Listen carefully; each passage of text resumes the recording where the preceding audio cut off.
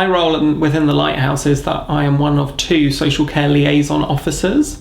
What that role is a social work based role, so I am a social worker by profession. Within the Lighthouse, as a Social Care Liaison Officer, I ensure that children are safe when they are coming into the Lighthouse service, so I triage the referrals when they come into us. That's reading the information, making sure that the child is safe and that the initial procedures that need to be followed have happened. Things like the child has seen a doctor if they're within that forensic window, making sure that the child has been spoken to by a social worker, and so that we know as much information about them by the time they come into the Lighthouse. One of the key parts of my role is to make sure that there is a very close link between the Lighthouse and social care. The Lighthouse is provided by an NHS provider, but child sexual abuse is very much a social work issue.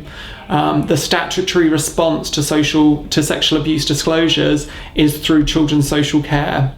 When the Lighthouse was set up, one of the big pieces of work that myself and my colleague undertook was about reassuring professionals working in the community that disclosures of sexual abuse do not come straight to the Lighthouse, that the Pan-London child protection procedures are still followed.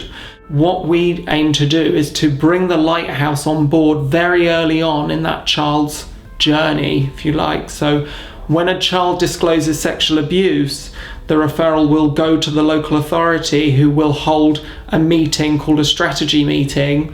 That's a meeting with the police and professionals working with that child. And we join to represent the Lighthouse at that, sometimes with a paediatrician as well, so that we can ensure the health needs are well thought out. When children disclose sexual abuse, there's often a number of different professionals that will be around that child and working with that child. I think at the Lighthouse, what we want to do is make sure that everybody is joined up and working together and working in that child's best interests.